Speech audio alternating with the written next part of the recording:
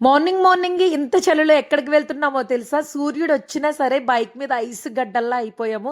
అంత చలిగా ఉంది. వెళ్తూ వెళ్తూ అయితే చేబ్రోలు సత్తమ్మ తల్లి వారిని అయితే దర్శనం చేసుకున్నాము. ఇటు నుంచి అటు వెళ్ళే వాళ్ళు ఎవరైనా సరే అమ్మవారి దగ్గర ఆగి దర్శనం చేసుకోకుండా ఎవ్వరూ వెళ్ళరండి. అమ్మవారి దగ్గర దర్శనం చేసుకుంటే ఎంతో మంచిది. మేమైతే అన్నవరం వచ్చేసాం. మన ఆంధ్ర స్పెషల్ అన్నవరం. అన్నవరం సత్యదేవుని దర్శించుకుంటే ఏంటో తెలియని మనశ్శాంతి.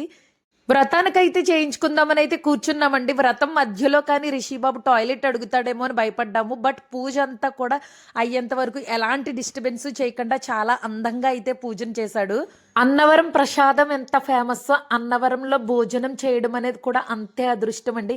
ఆ అదృష్టం అయితే మేము చాలా కష్టపడి అయితే దక్కించుకున్నాము. చాలా సంతోషం. అబ్బాబాబా ఏం టేస్టో చెప్పలేనండి. ఈ అన్న ప్రసాదాలు టెంపుల్స్ లో ఇంత టేస్ట్ గా ఎలా చేస్తారో తెలీదు.